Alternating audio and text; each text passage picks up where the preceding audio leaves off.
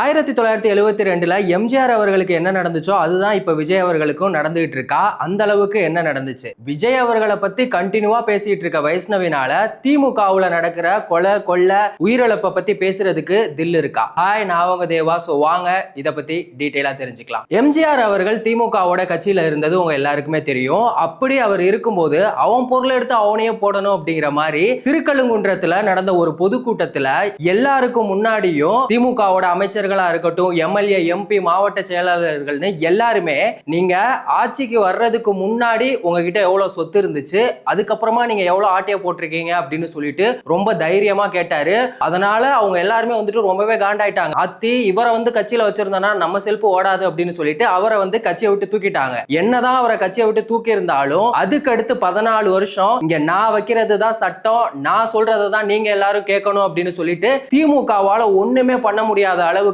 14 வருஷம் அவர் தான் வந்து முதலமைச்சரா இருந்தாரு. 1989 வரைக்கும். அந்த டைம்ல அவர் கணக்கு கேட்டப்ப அவங்க எல்லாரும் என்ன சொன்னாங்க தெரியுமா? திமுக சைடுல இருந்து, நீங்க வந்துட்டு எங்களெல்லாம் வந்து கணக்கு கேட்காதீங்க, நீங்க போய் சரோஜா தேவி இல்ல ஜெயலலிதா கிட்ட கேளுங்க அப்படின்னு சொல்லி அவரை ரொம்பவே அசிங்கமா அவமானப்படுத்தி இருக்காங்க. சரிடா, இப்ப நீ இத பத்தி பேசுறதுக்கும் விஜய் அவர்களுக்கும் என்ன சம்பந்தம் அப்படின்னு தானே கேக்குறீங்க? சம்பந்தம் இருக்கு. இப்ப விஜய் அவர்கள் வந்து மேடையில பேசும்போதா இருக்கட்டும், அவர் சொல்ற ஒரு விஷயம் என்ன, திமுகவும் வந்து ஊழல் பண்ணியிருக்காங்க, அதிமுகவும் ஊழல் பண்ணியிருக்காங்க, அதனால எப்பவுமே வந்து திமுக தான் வந்துட்டு விஜய் அவர்களை வந்து விமர்சனம் பண்ணுவாங்க. இப்போ ரீசன்ட் டைம்ல வந்து எடப்பாடி பழனிசாமி அவர்களும் வந்து விமர்சனம் பண்ணிட்டு இருக்காரு. இப்ப அதிமுகவோட கூட்டணியில பாஜக இருக்கிறதுனால நயினார் நாகேந்திரன் அவர் வந்துட்டு மாநில துணை தலைவர், அவர் எவ்வளவு கேவலமா கீழ்த்தனமா பேசியிருக்காரு தெரியுமா? விஜய வந்துட்டு முதல்ல திரிசா விட்டு வெளியே வர சொல்லுங்க அப்படின்னு சொல்லியிருக்காரு. எந்த ஒரு பாஜக கட்சியில இருக்க ஒரு மாநில துணை தலைவராவது இந்த மாதிரி பேசுவாங்களா? இவ்வளவு கீழ்த்தனமா நடந்துப்பாங்களா? யோசிச்சு பாருங்க. விஜய் அவர்களுக்கு வந்துட்டு அரசியல் அனுபவம் இல்லைன்னு சொல்றீங்க, அவர் இப்பதான் கட்சி ஆரம்பிச்சிருக்காருன்னு சொல்லி இருக்கீங்க. ஆனா அவருக்கு யாரை எவ்வளவு மரியாதையா பேசணும், பேசிக் நாலேஜ் எல்லாமே அவருக்கு நல்லாவே தெரியும். எந்த ஒரு மேடையில இருக்கட்டும் இல்ல ஒரு பொதுக்கூட்டத்துல இருக்கட்டும் யாரையாவது அசிங்கமா பேசியிருக்காரா? யாரையாவது அவங்களோட பர்சனல் லைஃப் பத்தி பேசியிருக்காரா? ஆனா விஜய் அவர்கள் அப்படின்னாலே இவங்க என்ன பண்றாங்க, ஒண்ணு திரிசாவை பத்தி பேசுறாங்க, இல்லனா அசிங்கமா பேசுறாங்க.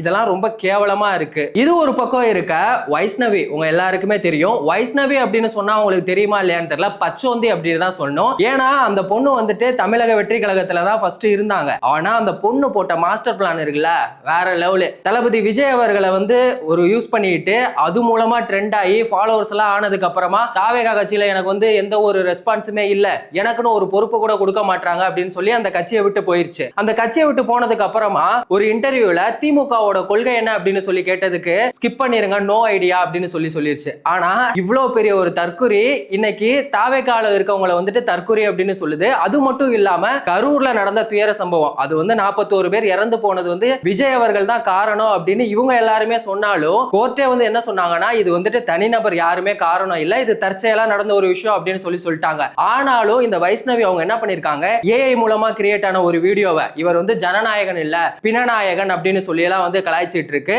அது அப்ப மட்டும் இல்ல, தொடர்ந்து இப்போ வரைக்குமே வந்து கலாய்ச்சிட்டு இருக்காங்க. நேத்து நடந்த சேலம் பொதுக்கூட்டத்துல ஒருத்தர் வந்து இறந்து போயிட்டாரு, அது உங்க எல்லாருக்குமே தெரியும். அதையுமே இப்போ ஒரு போஸ்ட் போட்டு அதையுமே வந்து கலாய்ச்சிட்டு இருக்காங்க. அதை பாக்குறதுக்கே ரொம்ப கஷ்டமா இருக்கு.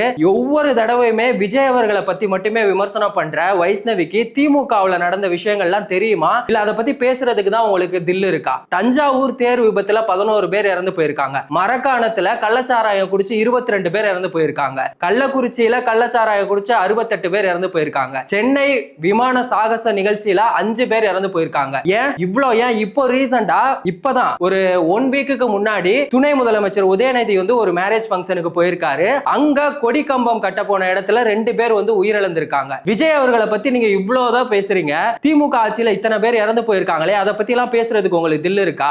இதெல்லாம் எப்படி தெரியுமா இருக்கு? ரொம்ப பச்சோந்தித்தனமா இருக்கு. ஒரு கட்சியை வந்து உங்களோட சுயநலத்துக்காக யூஸ் பண்ணிட்டு இன்னைக்கு வந்துட்டு பணத்தை வாங்கிட்டு திமுக கட்சியில சேர்ந்துகிட்டு நீங்க இவ்வளவு கேவலமா நடந்துப்பீங்க அப்படின்னு சொல்லி எதிர்பார்க்கவே இல்ல. தயவு செஞ்சு இந்த மாதிரிலாம் பண்ணாதீங்க, இது உங்களுக்கு நல்லது இல்ல. நான் வந்துட்டு வைஷ்ணவியை மட்டும் சொல்லல, திமுகவுல இருக்கவங்களா இருக்கட்டும் இல்ல தாவேகாவுல இருக்கவங்களா இருக்கட்டும் மாறி மாறி வந்துட்டு இறந்து போனதை வந்து ட்ரோல் பண்ணி பேசிட்டு இருக்காங்க. ஒரு உயிரோட வேல்யூ எவ்வளவு அப்படிங்கிறது உங்களுக்கு எல்லாம் தெரியுமா இல்லையான்னு தெரியல, அது ரொம்ப வேல்யூவானது. அதை வச்சு நீங்க வந்துட்டு மீம் போடுறது, ட்ரோல் பண்றது, இந்த மாதிரிலாம் தயவு செஞ்சு பண்ணாதீங்க, அது நல்லா இருக்காது. மக்களுக்கு நான் சொல்ற ஒரு விஷயம் என்ன அப்படின்னா, நீங்க ஒரு இடத்துக்கு போறீங்க அப்படின்னா அவங்க என்னதான் பாதுகாப்பு கொடுக்குறாங்களோ இல்லையோ, நீங்க ஃபர்ஸ்ட் உங்களை வந்துட்டு சேஃப்டியா சேஃப்டியா பாத்துக்கோங்க.